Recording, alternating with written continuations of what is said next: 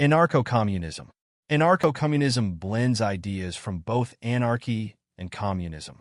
It supports the removal of private property, but insists that personal property, like a toothbrush, clothes, or a house, should still be kept. Personal property is for individual use, and the owner has the right to control it. Private property, however, refers to things like factories or mines that bring in profits without the owner needing to work physically. Anarcho-communism wants to eliminate the state and capitalist systems, aiming for a society where there is no government, no classes, and no money, allowing people to fully participate in decision-making. Neoliberalism. Neoliberalism has several different meanings, but it is mostly connected with policies like privatizing state-run businesses, reducing government regulations, encouraging global trade, and cutting public spending to make room for more private business involvement. Some also link neoliberalism to managerial capitalism, which suggests spreading ownership of businesses so that managers, not individual owners, control them. The term is generally seen negatively today. Social democracy.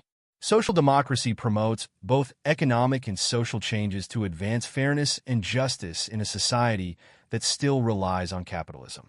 It supports welfare systems, government regulations that benefit the public, and gradual reforms rather than sudden, violent changes. It values a democratic framework where elections occur between different political parties and religious institutions are kept separate from the government. Social democracy typically funds its welfare programs through progressive taxes. Social liberalism. Social liberalism focuses more on creating equal opportunities and making it easier for people to move up the social ladder, rather than guaranteeing equal outcomes in every area. It supports some government action to ensure economic fairness and protect civil rights, but it tends to favor less government involvement in the economy compared to social democracy. Social capitalism. Social capitalism is a mix of social democracy, social liberalism, and capitalism, combining elements from each to create a balanced approach. The third way. The third way seeks to bridge the gap between right-wing and left-wing politics by combining ideas from social democracy and social liberalism. It supports workfare, which is a policy requiring people to take public service jobs or job training to receive benefits. The third way also aims to find a middle ground between free market economics and a welfare state, focusing on helping people move up the social ladder through job development and education rather than direct handouts. Marxism. Marxism has evolved into several branches, but the core idea is that capitalism creates inequality by exploiting the working class, or proletariat, for the benefit of the wealthy few, or bourgeoisie. Marxism argues that capitalism is doomed to collapse because the oppressed working class will eventually rebel. It also sees history as a series of stages driven by which class holds power. Marxism believes that after the bourgeoisie is overthrown, the working class must seize control and establish a dictatorship to destroy capitalism and begin the transition to communism. This period, when the working class holds power, is known as socialism. Leninism. Leninism, or Bolshevism, advocates for a dictatorship of the proletariat led by a revolutionary vanguard party. The party should consist of the most educated workers who will then teach the rest of the working class and lead the revolution. Neoliberal libertarianism. Neoliberal libertarianism argues that the principle of freedom from government interference clashes with the idea of a strictly limited government. Therefore, it supports government involvement in society as long as it enhances liberty. This idea is sometimes linked to neoconservatism, which advocates for spreading democracy and military intervention abroad, often under the idea of peace through strength. Classical liberalism. Classical liberalism believes that individual freedoms and a free market economy create a natural balance, as long as monopolies are prevented from forming and damaging competition. It sees free trade as a way to promote global peace and prosperity and prefers minimal government involvement, especially compared to social liberalism. Classical liberals tend to oppose high taxes and social welfare programs and favor deregulation. Anarcho-capitalism. Anarcho-capitalism is based on two main ideas. It opposes a centralized government and supports private property. It argues for free markets, self-ownership, and the enforcement of property rights by private agencies, rather than the government.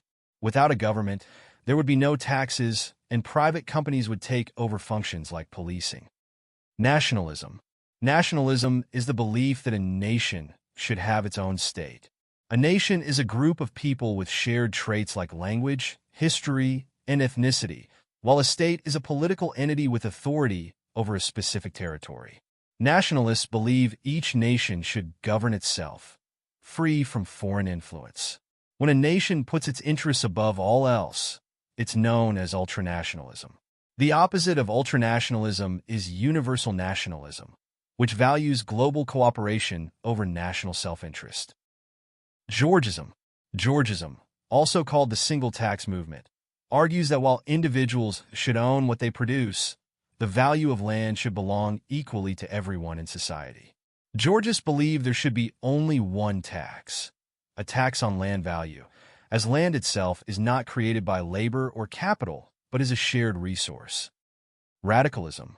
Radicalism, or radical liberalism, was a historical movement within classical liberalism that pushed for more progressive reforms. Radical liberals believed in the rights of all people to vote and participate in democracy, including women, non-property owners, immigrants, and slaves, people who classical liberals might have excluded. Corporatocracy. Corporatocracy is a system where the government intervenes in the economy to protect large corporations, often at the expense of smaller businesses.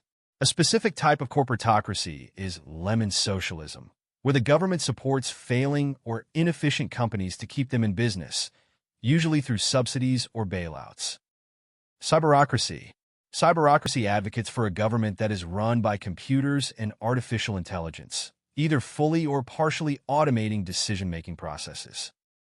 Integralism. Integralism is the idea that the church should guide public laws and policies.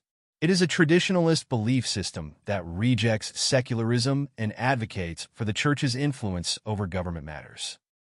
Reactionism. Reactionism seeks to return to or preserve traditional social, political, and economic systems. It opposes modern changes, progressive ideas, and liberal policies, believing that society has become too innovative and detached from its roots. Jacobinism. Jacobinism calls for completely overthrowing an old system and replacing it with something entirely new. Historically, it was a key force during the French Revolution, where the monarchy was replaced with a republic. Jacobins are known for their radical and revolutionary ideas.